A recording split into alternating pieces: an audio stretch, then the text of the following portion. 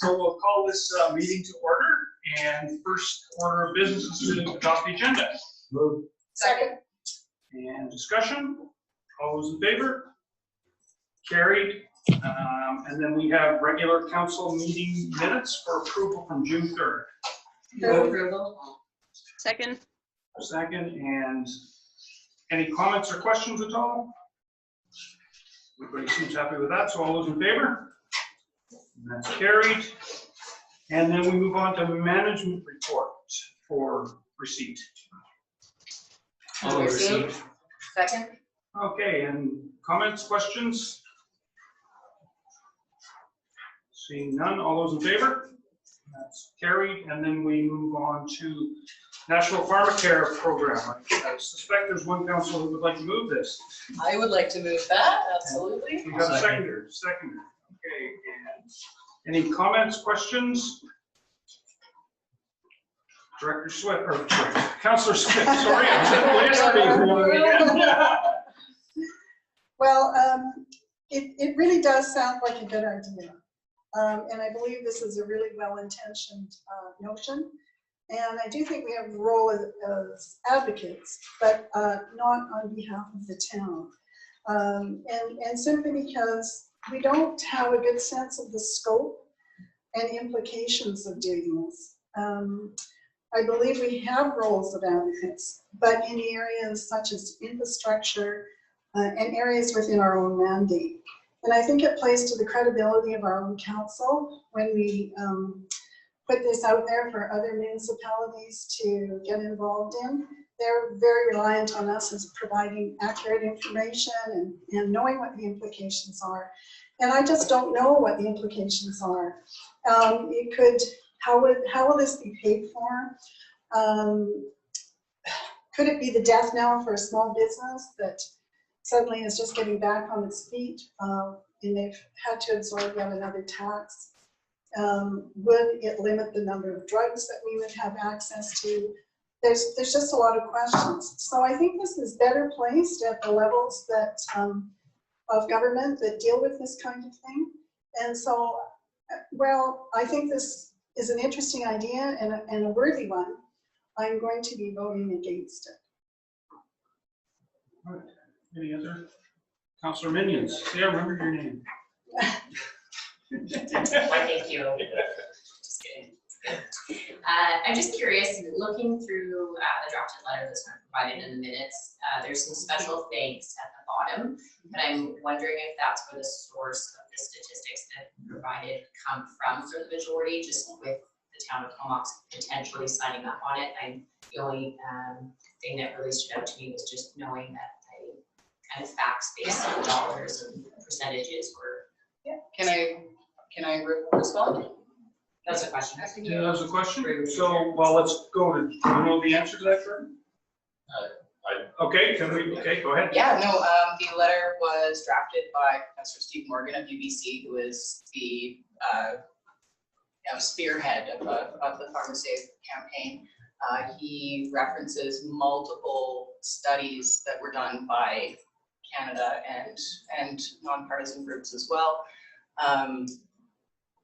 that all link to all of the links linked to their own information and data that supports it. Yeah. Well, we lost. And Councillor Bissinger, yeah. to Maureen's point, there has been multiple studies done that show that and state how it would be paid for, and that it is a financially valid idea, and like a lot of those questions that are often brought up have been addressed in multiple ways. So. All right, let's see. Oh, Alex, go ahead. You're about the size of a dime on the screen over there. So. Sorry. Yeah, I guess kind of with what Councillor Swift was saying, like I understand like the intent of this, and I think it's all from a good place. Like, is it possible instead of signing off on it as a council, it could just be like individual council members that, you know, agree to it and sign it instead of, you know, being on behalf of the town? Because I agree that it's not really our place as a town council to endeavor this and many other things, but I understand Councillor McGowan's support towards it and intent. Okay, so there was a question in there as to whether someone as an individual councillor could sign on this, and I'll defer that to staff. She wants to sign a letter of Stephanie McGowan, councillor, town of Comox. Is that a problem? No? There you go. Okay. Answer to that. Any other questions or comments? Pat? Yeah, I just have a comment. So while I agree that it's probably not a municipal issue, I also think that we're elected as advocates to the greater good, and I think that this is an advocacy email. This is an email for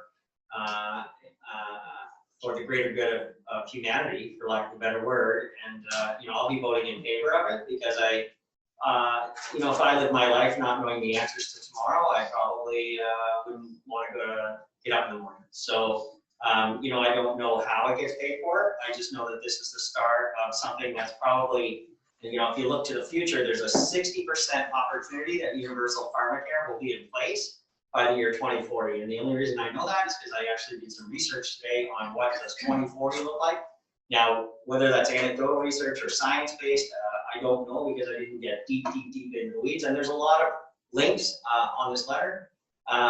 But I'm voting in favor because I just think personally it's the right thing to do is to advocate for universal care for the people who are less vulnerable that don't receive it. And I've seen a lot of people, to reference Councillor McGowan's letter, who are choosing right now in COVID to not have medication because they don't have the money. And so, you talk about the opioid crisis that's happening now. You talk about people who are not going to see their doctor. There's larger problems in the world, and I think this is a solution to one of those problems, so I'll be voting in favor. So, Councillor McGowan. Just one final point to really try to drive it home. I recently was talking to some people and discovered that we have citizens in our community that are relying on samples from doctors for their heart medication or their diabetes medication because they can't afford it and don't qualify for the other programs that are available. And so that's why I find this piece to be pretty important for our own community among the rest of Canada and all the other, well, not necessarily all the other, but most universal healthcare systems do include pharmacare, and they work perfectly well in other places around the world. So that's my final point. Fair enough. So I guess my comments on there on this is whenever things like this come that I don't believe are local council issues, I always have a hard time with them because the devil is always in the details of these things. And if you don't know the details, you don't really know what you're voting for. And so I usually take the no on these just because I want this to go to the right level of government so that they can deal with it in the proper format. So I'll be voting against it, not because I think it's not a good idea. I just don't know what all the implications would be. So having said that, anyone else? Councillor Minions. Just a short kind of comment. I was in support previously based on kind of putting a letter forward saying that we were in support of, to me, it's exploring the idea and getting more information. So my only comfort level is the way it's worded is basically for them to fully move forward with it. And just as Councillor Grant has mentioned, I'm a little bit nervous about just putting full support behind something without just saying it's something that we believe should be looked into further, and then because of all these medications that are missing. And so I am inclined to vote for it, and yet I would look for an amendment of some of the wording to say that it's not something I can say that the federal government should follow through with without some sort of research, or it's something I as a council member am concerned with, but I'm a little bit hesitant on the full throttle approach of saying that they should go forward with it. Okay. Councillor McGowan, go ahead. With this and with the information that I originally sent out was the full report on from I think 2018 or 2019 with everything laid out. So I'm hoping that you guys took the time to skim over that before deciding that what was not there, or what's there isn't there or something, you know. I feel like a lot of these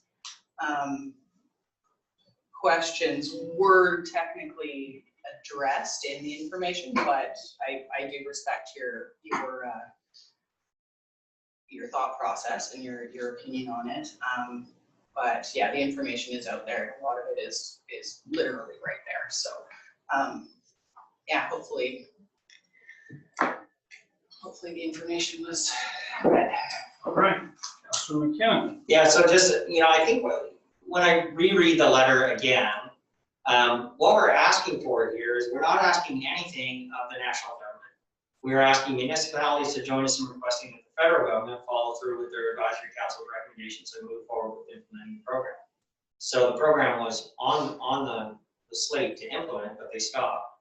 And it looks like we're just asking municipalities to join us in requesting that the federal government follow through with their advisory council's recommendations.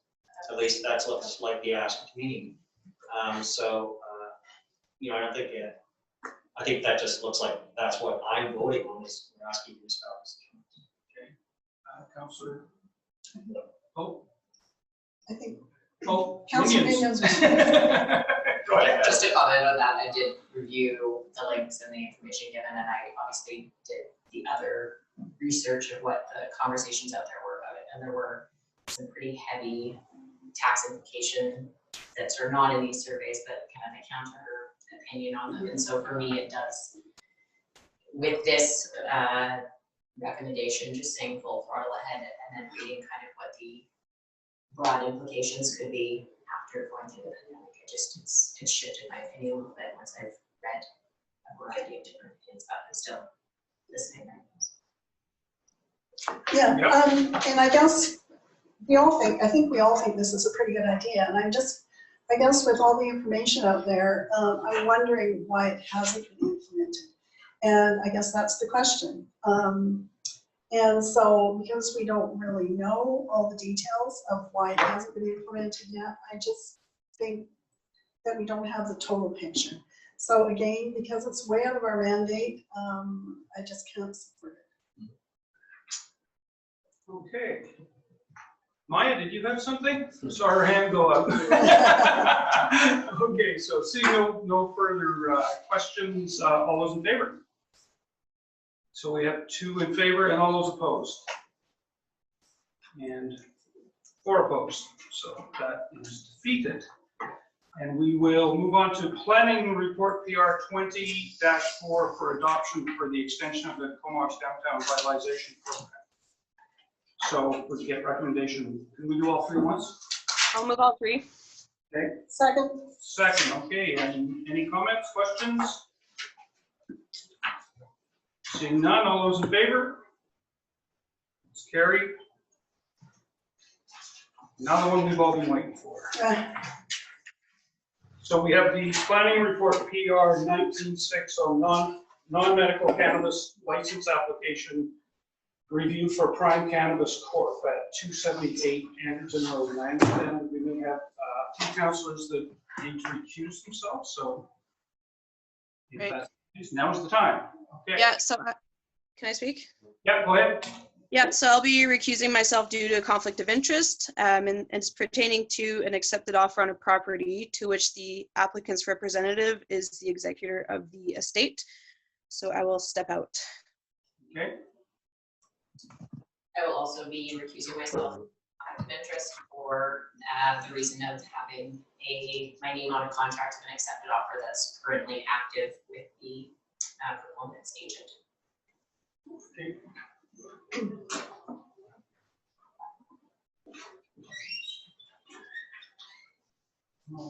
So this recommendation is about 90 pages long, 3 pages. So I'm not going to read the whole thing out because it gets quite lengthy, but in basic terms, what we're doing is deciding whether we're going to approve this to allow them to open a retail cannabis shop at 278 Anderson Road or not. And so did we get this on the table? Not yet. Okay, so if someone would like to move the recommendation. Second? Second, okay, and then questions, comments? Counselor Swift, I want to call you director for some I reason all the know, I time. know. It's hard to make the switch, isn't it? Well, I recognize this is a legal business and it falls within our zoning requirements. And from this point of view, I've really been struggling with this application and this decision. To turn a business away that is not the usual message that you want to send to anyone, especially during this challenging time. But I've thought long and hard about this, and there are some factors that are steering me toward turning this application down. The first thing is the hours of operation. I was pleased that the proponent was willing to voluntarily alter the hours based on the public feedback. But for me, this does not go far enough in this particular location as they remain open and yet isolated far beyond the time when other businesses surrounding them will be open. So all of a sudden, if you look at the map on page 52 of our agenda, you're going to enter a small narrow hallway at night. You go down a corridor, you turn to your right, and then you turn left into the store. Because of the provincial regulations, they have been asked to have opaque windows. So this, to me, is not a safe situation. It's not safe for the public going in, and it's not safe for the workers that are going to be sitting there. There's no street presence. So I believe this is a critical safety issue. People will not be viewed directly entering or leaving the shop.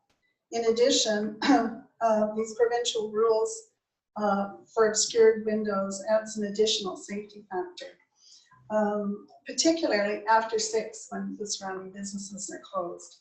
So I have spoken with the proponent at length, and I don't really think it's because it's a cannabis shop. Anything that is open and so isolated at night down a narrow hallway does not give me a feeling of safety for people coming and going. So I can't at this time support this application. Okay. Pat? Yeah, so I'll be voting in favor of this application because past council approved the bylaws and the zoning requirements that this application followed. They set the rules of the game. We were following the rules of the game, and now what is it going to say to business when you hear the rules you have to play by, and when you fulfill all of those rules, at the end we're going to deny it. So I am going to vote in favor of this application because I think that the developer and the business proponent has ticked all the boxes as laid out in rules in our zoning and our bylaws. Okay. And anybody else want to kick at the cat? Nope, everybody else does not want to kick at the cat. So, oh, go ahead, Steph. One of the issues, I'm not against a third cannabis store at all, and the campaign that went on to smear, I guess, was not really cool. But what I hear is that the people in the surrounding area didn't feel that they had proper consultation because it was just the beginning of COVID, and it was just the beginning of all these things, so they didn't feel like that they knew what was going on and everything. So that's one thing that does stick in my head. But we did follow the guidelines at the same time. So it's yeah, just a thought from me. Okay. And so for myself, I guess I kind of followed the line of thinking that Councillor Swift has, and I had never really thought of it, but you know, going down that hallway and into the place with the opaque windows and being, you know, late at night on a winter night, I can see that being a bit problematic for sure. The other thing that I look at is when we have 3 so close together, perhaps, you know, perhaps that's something that we could relook at later, but, you know, I look at the people in between and they don't, you know, they've got a cannabis shop on either side of their street and they're rightly or wrongly not liking that. So I'll be voting against this as well. I would feel more comfort if this shop was actually on one of the front parts of that building rather than down the hallway. I think I could probably get my head around it at that point, but the way it sits now, I don't think I can vote in favor of it, so. Any other comments? So all those in favor? Two in favor and all those opposed. Forcing me to vote, see, you're supposed to get on that. So that's tie vote, so that's defeated. And we will bring the other two back in now.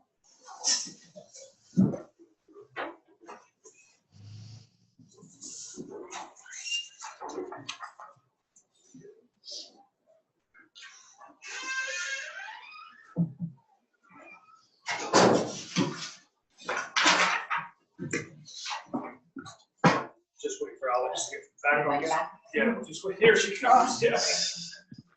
Snuck There you go. snuck in a quick feed. Sorry. TMI. Sorry. Okay,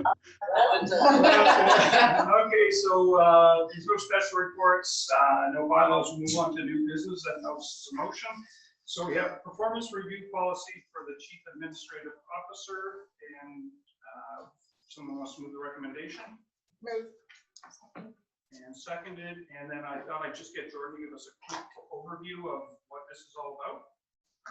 Sure. Do you want me to break down the different forms? Yes, that'd be great. Yeah. Please. Well, there's 3 different models that are put here. There's A, which is the recommendation. So A, I would say, is middle of the road on the amount of time that needs to be put in. So A would require council to provide a numerical score on the different criteria on which you're judging. And on top of that numerical score, reasons for the numerical score and steps that can be taken in order to increase it. So a little bit more work, thought, and agreement amongst council would be required. Schedule or Appendix B does not have the numerical scoring, and what you'd be asked to do is just provide comment on the different things for which CAO is being evaluated. What are they doing well? How could they improve? But no numerical scores required, and that takes less consensus amongst council in order to move forward as well. And then the last one is the CAMA model, and that is a very involved year-round process. That's something that can be done, but I think I put in the report and just highlight that if council does want to go with that model, it's a fairly involved process that we need to be doing and reporting on and continuing on a yearly basis. The other 2, it has 1 formal review at the end of the year and 1 informal review halfway through the year. So the informal review, council wouldn't be asked to fill out any of the forms. You would kind of meet and close. How are things going? Is there anything we want to do and give feedback on? And then that would be delivered through the mayor. And on both of the performance review policies, there's an allowance for $2,500 in order for the mayor to access any sort of administrative support or professional support that you may need throughout the process. So just to recap, you have A, which is a little bit of the middle of the road with numerical scoring, B, which does not have the numerical scoring in it, and then the CAMA model, which is a year-round involved process. Thanks, Jordan. So yeah, I think in the past we've sort of used a bit of an A model on this in town, and what I found with it was really important what the actual questions or the criteria were that you went, and sometimes they were a bit vague. And also when you started trying to put the number to it, I think we were doing about a 5, and so it was a 3.62, that kind of thing. And you never wanted to really rate somebody super high because you had nowhere to go when you got there. So I found that a little bit problematic. I found the CAMA maybe a little bit overkill for a community of our size. So with that, I leave it up to you guys. Any discussion? Go ahead, Pat, you were first. Yeah, so, numerical scoring, I think, is an antiquated method to measure anybody. So I would be totally in favor of eliminating that. I like the idea of the positive and negative feedback, obviously. I don't think it really matters what level of input, medium or high or low from council. I think it's the right amount. And to determine the right amount is going to be all of us working together, because we didn't really do a great job of that in the past, I don't think. And so, we had a new opportunity with our new CAO, Jordan. And so, You know, I think the right amount of input from council is the right amount, whatever that amount is. I would like to see included a self-appraisal, because I think self-appraisals are an advantage, not only to the person doing the reviewing, but also to the person receiving the review, because they get a chance to do it about it. I agree with taking out numerical scoring, and I like that. I don't know what section it is on the, but I like the way it's laid out as far as the questions and so forth. And I'd like to see the CAO just really develop this process himself, and then present it to council and say, here's what I would like, because I think that's the most important part is how would the employee like to be judged, regardless of how the employer would like it. Okay. I have one other question I'll Yep. throw in at the same time. We have a 90-day review, which I assume will be in sometime in August. Is that right? Should be, yeah. Yeah, so I'm just wondering how we're gonna do that. Might be separate discussion, but. Yeah, that's probably a separate discussion. You know, something we do that they do at the RD is about every quarter or every half. We just have a super secret in-camera meeting where all staff goes and CAO stays, and we just go around the table and go, what do you think? Yeah. You know, and it's actually, you know, it's pretty candid and it's pretty good actually. And you find out that a lot of people have pretty much a lot of the same ideas that you have or how things are going. So it's just another added piece. It's pretty quick and easy to do, but it gives you a pretty good feel for where you're at. And then just my last add is, how do we get input? And this is always a tricky question, but how do you get input from staff? Like, you know, like, is it a 360 assessment? Is it because sometimes, you know, you're on the outside looking in all the time, especially in COVID. Like, I'm not in town hall. I don't see what's happening in there. And so how do you get input from Jordan's direct reports? Like, how do you incorporate that into the review process? From staff, you mean? Just, you know, you don't want it directly in the review, but like, how do you get that input through? So, you know, every leader has blind spots. And so they may not recognize their blind spots unless through a, you know, performance management process that is all inclusive. So I'll leave it at that. Those are my comments. Okay, so that's some input on that, Jordan? Yeah, so the first question, which is about the process to undertake it 90 days, I didn't put that into this one just so council could decide on this process. And then at the next meeting, you'll decide whether or not you want to use the process that you decided today, or maybe it's not decided today, but you've given some direction on what to bring back, or you want to go into a more informal process like Acton Grant highlighted. The second part, if you want staff's input into it, you would have to go through the 360 review, because they're going to want to be able to do it in a way in which the feedback comes through anonymously, especially if there's critiques. So you can do that in setting up a 360 review. That's going to be different than what we have here. And you're going to need to have a third party do that review for you. You're definitely going to need professional support. So you can do it that way through the formalized 360 review. You can also have the mayor with the conversations that they have with staff as well, feedback to council. So whichever direction you want to go on that. Okay. And I say, sorry, the reason I say the mayor's generally more involved in the day-to-day business, and they'll meet with the senior staff, so they'll have a better idea. So those would be really the only two. I think if you try to find something in the middle of that, I'm not sure what that would look like. Okay. Councilor Minions. Just reading through the A, B, and C, I was leaning towards in favor of B, just for the balancing of, I think numbers, which is A, is kind of the past. Yeah, they feel differently, but most companies are kind of getting away from that a couple of years ago. More qualitative data. I was going to say also that it would be nice to have some section for Jordan to be able to input. So I don't know if you take those questions and answer them yourself, which is just another column.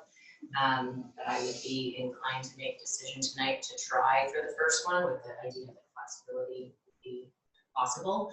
And for if 360 degree is done externally before making any decision on that component, which I would also be in favor of possibly doing, it would be a cost probably decision on. It would be great to do that annually, but without a cost. So I liked the way Appendix B looked for the length of time it looked like it would take and as a starting place versus the number system. Yeah. Yeah. Okay. Anybody else? Councilor Swift. Kind of noisy tonight. I was extremely frustrated with our previous evaluation, and partly because we didn't have enough information to do a really good summation of what was happening. And I think, you know, lots of times you kind of had to guess. And so when I look at, I'm fine with no numerical score. I think that doesn't matter to me. But what does matter to me is how we're able, what are we basing this assessment on? So I'm just looking at able to build high morale, create positive energy in both individuals and groups, and obtain group commitments to goals and objectives. So you take something like that, and where do we get the information to make that judgment? So it says current examples reflective of score. So would that be me noticing something and writing that in, or would it be you providing some examples of things that have happened? Go ahead. I'd say with most of the characteristics which council has to judge the CAO on, it's mostly information that you're getting fed from the CAO, to be honest. And I think that's on pretty much everything. There are things that you get to see on nothing really on a daily basis, but on a more regular basis on interactions. But for the most part, it would be through communications you have with myself. So what I would do in order for council to have the information, in order to provide judging, is if council says these are what we are going to evaluate you on, then my updates to council start to reflect those sorts of characteristics. And that's why it's important too for council to take a look at what you have here in the characteristics and say, well, this is actually something I care about and want to evaluate on, because if you say that is, then my communication back to council is going to more greatly reflect those type of stories, those type of narratives, those type of informations. So as far as would you be able to see for your own eyes an internal building process where I was able to gather a bunch of people together from start to finish in a project? Probably not. What you have to see is, well, here's a project that required it, here are the things that were done in order to achieve it, and the information was fed back to council. So I think something else too that we can think about is if we were to try this out, we could give it a review and see, and we can always amend it and change it as we go if we're not happy with how it went on the first couple of runs. So I'm hearing a bit of a consensus on Appendix B being the attached one. So my question would be, could we just amend this motion to change it to Appendix B if someone wanted to make that motion rather than defeat this and do another motion? Yep. Yep, okay. So if someone wants to change this to Appendix B, someone could make that change. Okay, I'll move that. Okay. Second. Second, okay, and then discussion on whether we want to change that to Appendix B. Seeing none, so all those in favor? And then we go back and vote on the motion as amended. So now on the motion as amended, all those in favor? And that's unanimous, so that carries. Right, and then we will move down to municipal police funding and detachment strength. Someone wants to move the motion? Move. Second. And then discussion. Councillor Swift, you have a lot to say tonight. So when all you guys were at the photo op today, I was resting.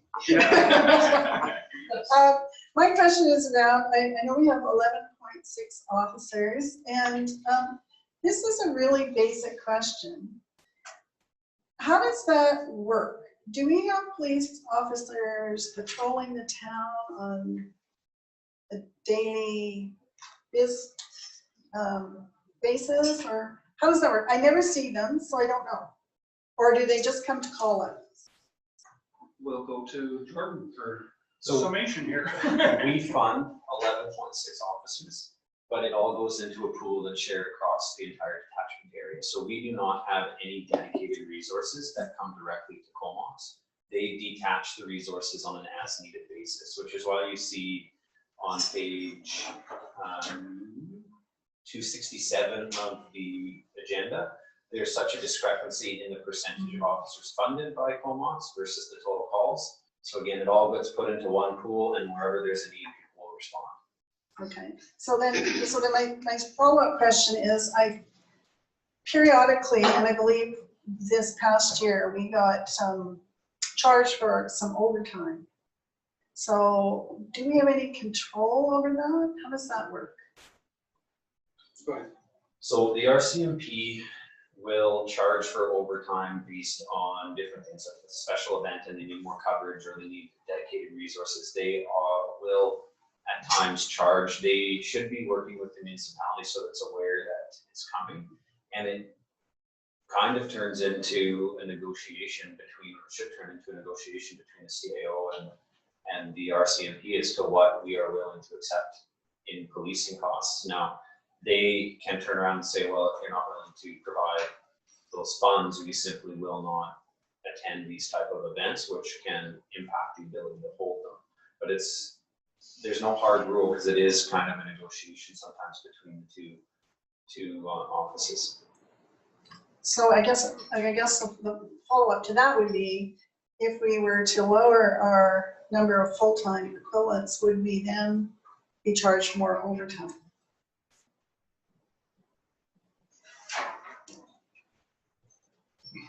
I can't say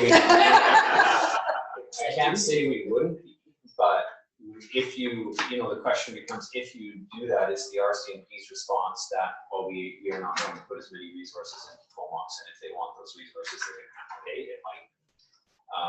But is there something structurally that would happen? No. In practice, could that happen? It's possible, yes. So in the past, we always paid for the full complement of officers, but they never actually used them all. So we always had a bit of a surplus in the policing budget every year. The new police commissioner is much tighter on the numbers now. So we're getting a more real-time look at what policing costs are.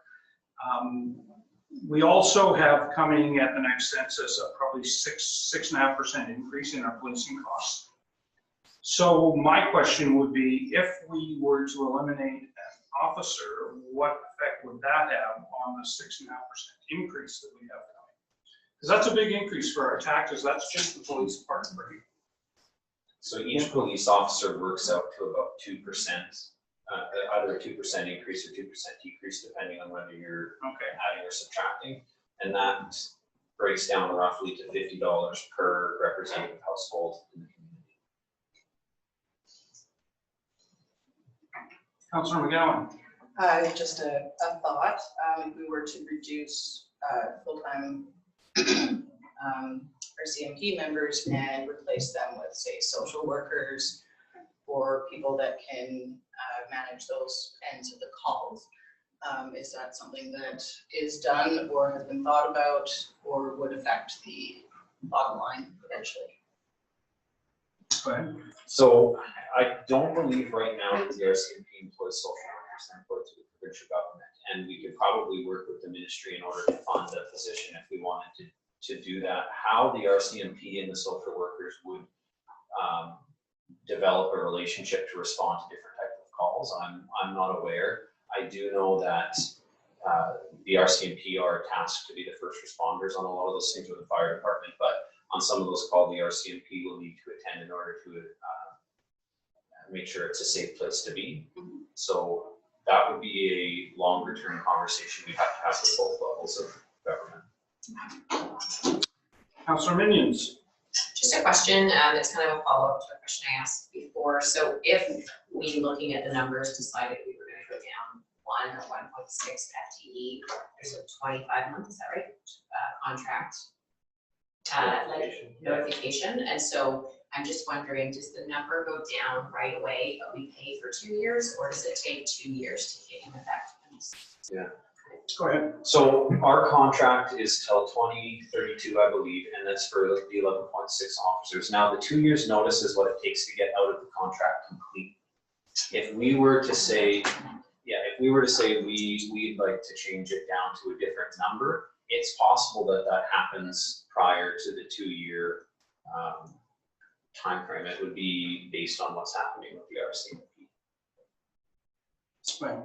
Yeah, I think the biggest challenge is knowing that we're paying for 18%, getting 10% of the calls, if that number was a little bit closer, it would probably be, a community-minded, police need to go where police need to go, and you would hate for police then not to participate, although it sounds like that's more events, obviously, they're gonna go where the calls are, so I misunderstood and thought it meant that FTE wouldn't be able to change at all for those 25 months, obviously, that's a very big conversation that I don't think we're having about canceling the contract. So, I don't know if anyone else has any interest about how we would go about, I don't know if there'd be like 3 alternatives that could be brought forward, or I would say staff report would work out, but I think when you're looking at 18% for 10% call out and these increases of $1.4 million, we have to have that conversation to go forward. So I'm of two minds on this. I know over the years, Mayor Jangelo from Clark used to always be on me about how we weren't paying our share for policing. We should be paying more, and of course the numbers come up now, and we're actually punching a little above our weight. But I look at it and I think that there's the greater good argument that we are actually contributing to the Comox Valley in general, which is not really a bad thing. But also we have one of the safest communities in the province, and I think that that's a good thing, and perhaps paying a little extra for police might be a good thing to keep our community as safe as it is. I have noticed over the last year or two that the number of calls seem to be going up in our town, and we're seeing a little more car break-ins, house break-ins, that kind of stuff going on in our community more. So I would be inclined to leave this as it is and move forward with the mind to really keep an eye on it as we get closer to when we need to increase our budget for policing. Now, Jordan told me that we could actually run this policing budget 6.5%. We could split it over 2 years if we wanted. So that would be next year and the following year. Is that correct? Mm-hmm. Yeah. So, my thinking is to leave it where it is for this year and really keep an eye on where it is. And if that discrepancy stays the same and we see where we are with the budget, then maybe we could review it again at that time. So, Councillor McKenna. Yeah, so I tend to agree with you, Acting Mayor Grant. I think the numbers are a bit misleading because we also don't provide any services. We also don't have a lot of affordable home ownership, and so there are going to be probably more calls in the denser populations where people are living. So I think that the numbers are a bit misleading. But I do agree we have a very safe community, and I think also, I would not want to be in law enforcement right now because the conversations around defunding the police are not easily solved conversations. And I think it's only going to kind of become a larger discussion as things move forward and people start to understand around all the municipalities what the level of budgeting is for the police, who I think do an excellent job. It's going to be a difficult conversation, but I would agree with Councillor Grant. I think we just leave as is right now, and we know these costs are coming, so we need to prepare for them. Yeah, and over the years, we have known this was coming, and we were preparing, but we're going back to a different CAO and a different finance officer. So I'm not really sure where we sit with all that as far as the budget goes, but I know this has been in our mind for several years now. We actually thought we were going to hit the threshold last census, but whether we might spend the money somewhere else, I don't know. So anyway, so anyone else got any comments? So all those in favor? And that's passes unanimously. So we move on to D, Committee of the Whole meeting. And we'll go with number 1, that Comox Council Procedure Bylaw 2009 be updated to replace Committee of the Whole meetings with strategic planning meetings. So if someone wants to make that motion. And second. Okay, and discussion. Nobody wants to discuss. So when Jordan first started, I went and talked to him. He was already on this, but something that struck me was, especially when I first started council, and I noticed that this council has struggled with, is how do I bring my ideas to the table? And what are the implications as I get them there? And so Jordan was onto this already. So that's kind of what this is. This will give you some direction as to when and how you can bring something. It'll give you a time frame for what that will be. And it'll be a realistic time frame. It won't be the one you want to hear, right? Because like our plate is full for this year. So if you have something coming, it'll probably go into next year's hopper and then be dealt with then. But at least it gets you into the hopper and it gets your ideas on the table. We could then review those ideas as we go, and sometimes they'll become obsolete or fall off the table, or you may get some new ones. So I think it's just a good way to get, especially new people, to get so they can get their ideas on the table and be realistic about the implications and when it would happen. So, Councillor McKenna. Yeah, so I have a couple of questions. I love the idea because I originally, when elected, I was like, when do we ever get a chance to talk strategy? And we do it a few different times a year, but it's, I always feel like our committee, the whole meetings are just regular council meetings, to be honest. And so would we eliminate delegations during those meetings? That would be up to council. I suppose we could, although, you know, a delegation only comes, they're here for 10 minutes, they put their idea on the table, so, and we usually limit it to about 3 delegations. I don't know if we have a policy about that, but that's sort of the way we always did it, unless there was some burning issue out there. So I didn't find the delegations really took up a lot of the meeting time, but it's an interesting idea. I mean, if it's a half hour, because by the time you do 2 delegations, you're probably a half hour, 35 minutes. That's 1/2 hour less, and it's also of quality strategic time. It's also a half hour I'm prepared to put onto a regular council meeting and know that I'm going to go to 7:30 or 8 or whatever it has to be. Just my views. Yep, fair enough. And Councillor Swift again. Well, I really like the notion of the staff presentations because it gives us an opportunity. We have a lot of staff really look at the overall group, and it does give us an opportunity to get to know them better and to see what their strengths and weaknesses are, or their challenges for their department. And so I really like that notion of having a few of them, 1 or 2, give a presentation at the meeting so that we get to know them a little better and they get to know us a little better. So I think that would be really useful. Anybody else? Seeing no more questions, all those in favor? And that's carried. And then we'll move on to number 2, that the scheduled September 9th, 2020 strategic planning meeting be designated for review of Council's 2020 strategic plans, management report, and action items list. Move. Second. And discussion, Pat. Yeah, so will there be a council meeting, because I don't really know the schedule, I probably should, maybe it's my own fault, I'm probably all over my phone. Is there a council meeting the week before, right after the staff, or is that mean there's not gonna be a council meeting for like 6 weeks? Or 4 weeks, or, because usually in the summer it's a little bit lighter. And CAO will answer that. This is replacing the first committee, the whole meeting that would have been in September. So you have a regular meeting, just 1 sec here. You have August 5th regular council meeting, a September 2nd regular council meeting, and then you go into the September 9th strategic planning meeting.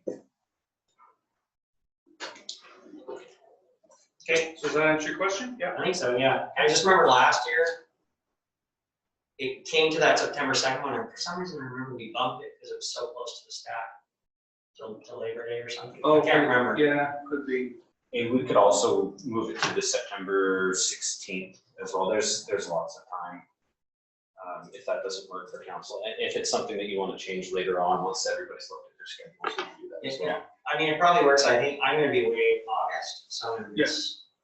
So it's gonna be a long time in between. For me, it's probably just a singular issue. Yeah.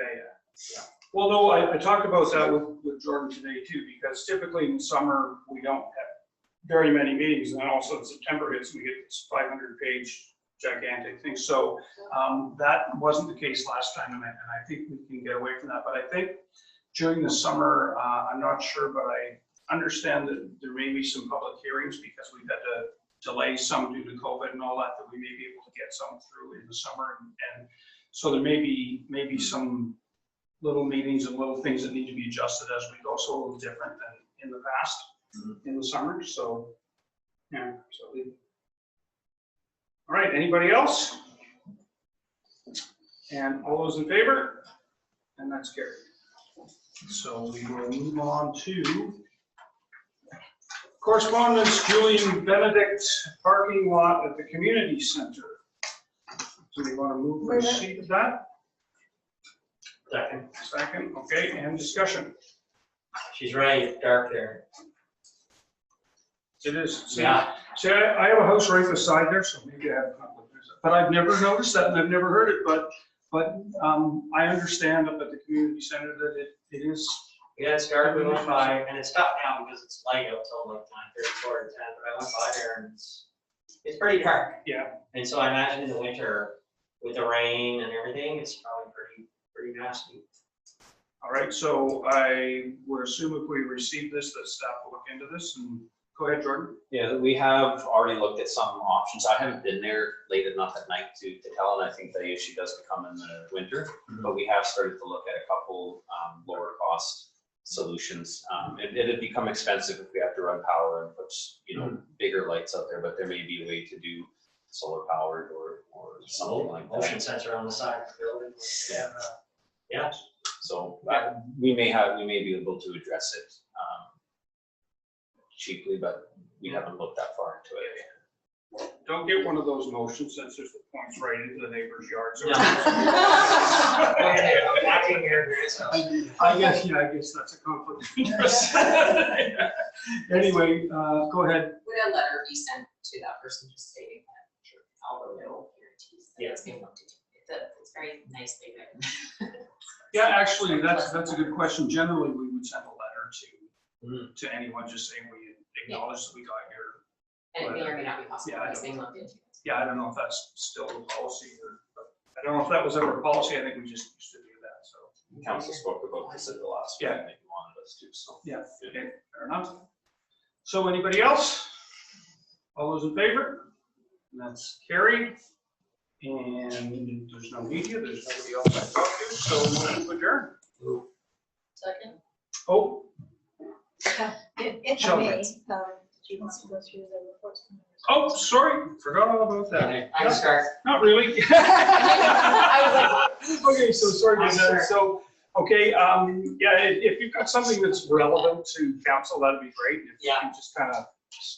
I was supposed to be in Europe, so I'm nowhere, I have nothing to report except sadness.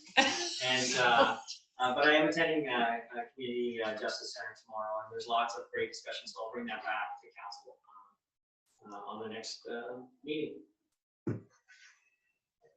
And I believe I just attended one Comox BIA meeting for your worship Arnott, who was not there, and it was great to see. There was about 11 or 12 business faces, which I haven't seen in quite a long time, so they were all just updating on their individual businesses.